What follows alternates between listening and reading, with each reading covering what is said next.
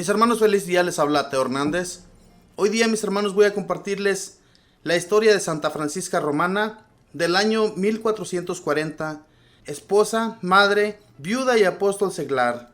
Francisca nació en Roma en el año 1384 y cada año, el 9 de marzo, llegan cantidades de peregrinos a visitar su tumba en el templo que a ella se le ha consagrado en Roma y a visitar el convento que ella fundó allí mismo y que se llama Torre de los Espejos.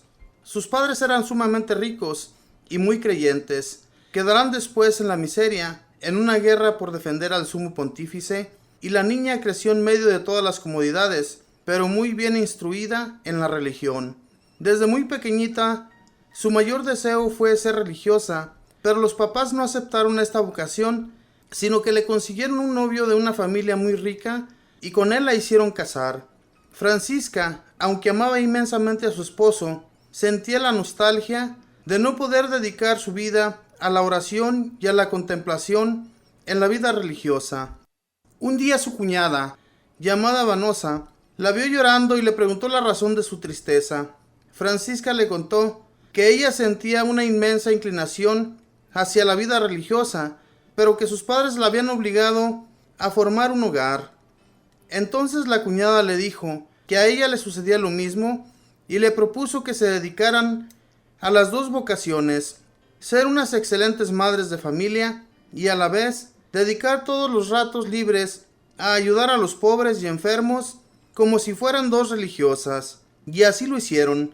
Con el consentimiento de sus esposos, Francisca y Vanosa se dedicaron a visitar hospitales y a instruir gente ignorante y a socorrer pobres. La suegra quería ponerse a todo esto, pero los dos maridos, al ver que ellas en el hogar eran tan cuidadosas y tan cariñosas, les permitieron seguir esta caritativa acción. Pronto Francisca empezó a ganarse la simpatía de las gentes de Roma por su gran caridad para con los enfermos y los pobres. Ella siempre tuvo la cualidad especialísima de hacerse querer por la gente. Fue un don que le concedió el Espíritu Santo. En más de 30 años que Francisca vivió con su esposo, observó una conducta verdaderamente edificante. Tuvo 3 hijos a los cuales se esmeró por educar muy religiosamente. 2 de ellos murieron muy jóvenes, y al tercero lo guió siempre, aun después de que él se casó por el camino de todas las virtudes. A Francisca le agradaba mucho dedicarse a la oración, pero le sucedió que muchas veces, estando orando, la llamaba a su marido para que le ayudara en algún oficio, y ella suspendía inmediatamente su oración y se iba a colaborar en lo que era necesario. Hubo ocasiones en que tuvo que suspender 5 veces su oración y lo hizo prontamente. Ella repetía: muy buena es la oración, pero la mujer casada tiene que concederle enorme importancia a sus deberes caseros. Dios permitió que a esta santa mujer le llegaran las más desesperantes tentaciones, y a todas resistió dedicándose a la oración y a la mortificación y a las buenas lecturas y a estar siempre muy ocupada. Su familia, que había sido sumamente rica, se vio despojada de sus bienes en una terrible guerra civil. Como su esposo era partidario y defensor del sumo pontífice, y en la guerra ganaron los enemigos del Papa, su familia fue despojada de sus fincas y palacios. Francisca tuvo que irse a vivir a una casona vieja y dedicarse a pedir limosna de puerta en puerta para ayudar a los enfermos de su hospital. Y además de todo esto, le llegaron muy dolorosas enfermedades que la hicieron padecer por años y años, pero jamás nadie le escuchaba una queja ni la veía triste. Ella sabía muy bien que estaba cosechando premios para el cielo. Su hijo se casó con una muchacha muy bonita, pero terriblemente malgeniada y criticona. Esta mujer se dedicó a atormentarle la vida a Francisca y a burlarse de todo lo que la santa hacía y decía. Ella soportaba todo con paciencia y con gran silencio, pero de pronto la nuera cayó gravemente enferma, y entonces Francisca se dedicó a asistirla con una caridad impresionante y exquisita. La joven se curó de la enfermedad del cuerpo y quedó curada también de la antipatía que sentía hacia su suegra. En adelante Fue su gran amiga y admiradora. Francisca obtenía admirables milagros de Dios con sus oraciones. Curaba enfermos, alejaba malos espíritus, pero sobre todo conseguía poner en paz entre gentes que estaban peleadas y lograba que muchos que antes se odiaban empezaran a amarse como buenos amigos. Se hablaba de los admirables efectos que esta santa mujer conseguía con sus palabras y oraciones. Muchísimas veces veía a su ángel de la guarda y dialogaba con él. Francisca fundó una comunidad de religiosas seglares dedicadas a atender a los más necesitados. Les puso por nombre Oblatas de María, y su casa principal, que existe todavía en Roma, fue un edificio que se llama Torre de los Espejos. Sus religiosas vestían como señoras respetables, no tenían hábito especial. Nombró como superiora a una mujer de toda su confianza, pero cuando Francisca quedó viuda, entró también ella de religiosa, y por unánime las religiosas la eligieron superiora general. En la comunidad tomó por nombre Francisca Romana.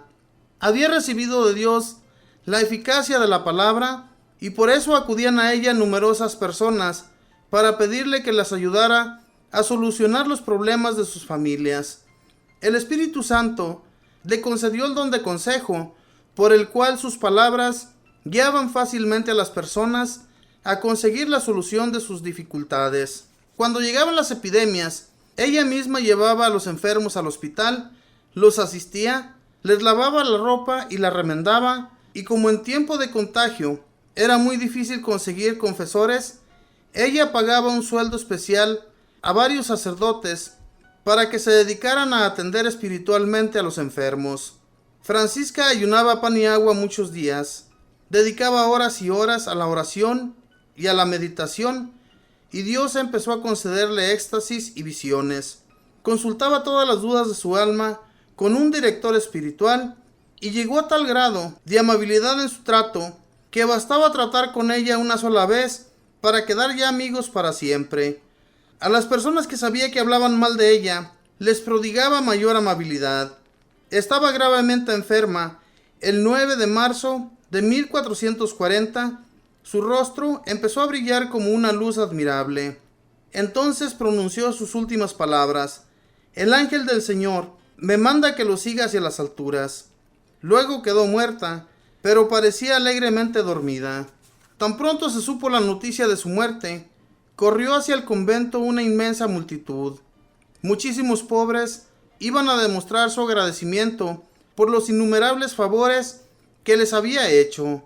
Muchos llegaban enfermos para que les permitieran acercarlos al cadáver de la santa y así pedir la curación por su intercesión. Los historiadores dicen que toda la ciudad de Roma se movilizó para asistir a los funerales de Francisca. Fue sepultada en la iglesia parroquial, y al conocerse la noticia de que junto a su cadáver se estaban obrando milagros, aumentó mucho más la concurrencia a sus funerales.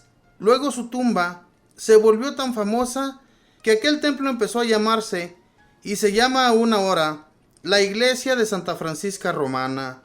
Cada 9 de marzo llegan numerosos peregrinos a pedirle a Santa Francisca unas gracias que también nos conviene mucho pedir siempre: que nos dediquemos con todas nuestras fuerzas a cumplir bien cada día los deberes que tenemos en nuestro hogar, y que nos consagremos con toda la generosidad posible a ayudar a los pobres y necesitados y a ser extraordinariamente amables con todos.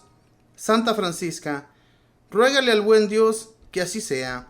He aquí la descripción de una mujer admirable. Que las gentes comenten sus muchas buenas obras. Proverbios 31:31. Esta fue la historia de Santa Francisca Romana. Esta mujer, que había sido inmensamente rica, sus padres habían sido adinerados. Sin embargo, quedaron pobres, y más tarde sus padres la casan a ella también con un hombre rico. Su esposo, que ayudaba al Papa, pues cuando las guerrillas civiles se formaron en Roma, este esposo quedó totalmente en la ruina. Pero no renegaron de esto, sino que más bien ella se dedicó a pedir limosnas para seguir ayudando a los pobres y necesitados que estaban en los hospitales, y ayudaba de todo corazón.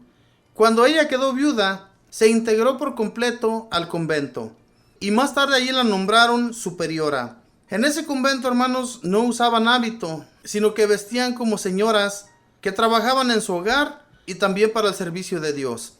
Esto en realidad, mis hermanos, a mí se me hace muy admirable de una mujer que se dedique en su totalidad a su hogar, pero también para el servicio de Dios, o sea, al templo, que sirven y trabajan para los dos. Eso es algo muy admirable de una persona. Ojalá yo en la actualidad hubiera muchas mujeres así, que se dedicaran a su hogar, pero que también se dedicaran al servicio del Señor, o sea, a servir a los demás, a los pobres, o en lo que puedan servir en un templo.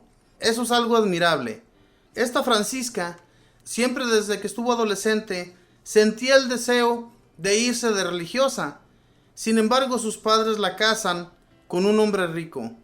Y ella, cuando está con su esposo, le da tristeza a que su padre la hubiera obligado a casarse y no poder seguir de religiosa. Ella quería, con todo el corazón, irse de religiosa. Pero esto, mis hermanos, no fue un impedimento, porque a la vez también les tocó un hombre que las trataba bien y les permitían seguir de religiosas en el servicio de Dios.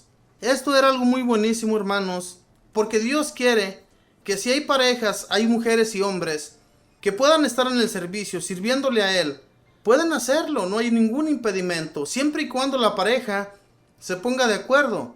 Porque hoy en la actualidad, mis hermanos, los hombres no permiten a sus mujeres que vayan tanto a la iglesia. Pero eso es muy bueno. En realidad es mejor eso a que anden de ociosas por allí en las tiendas gastando su dinero. Qué mejor que estén en el servicio de Dios y no que anden gastando el dinero que no se tiene. Eso es un pecado también. Y pidamos a Dios, mis hermanos, por todas las mujeres, para que sirvan de todo corazón al Señor. Esto que viene de Dios, les aseguro que Dios, siempre y cuando, como les decía, la pareja se ponga de acuerdo, cuando las cosas vienen de Dios, Él permite que todo en la pareja se lleve bien.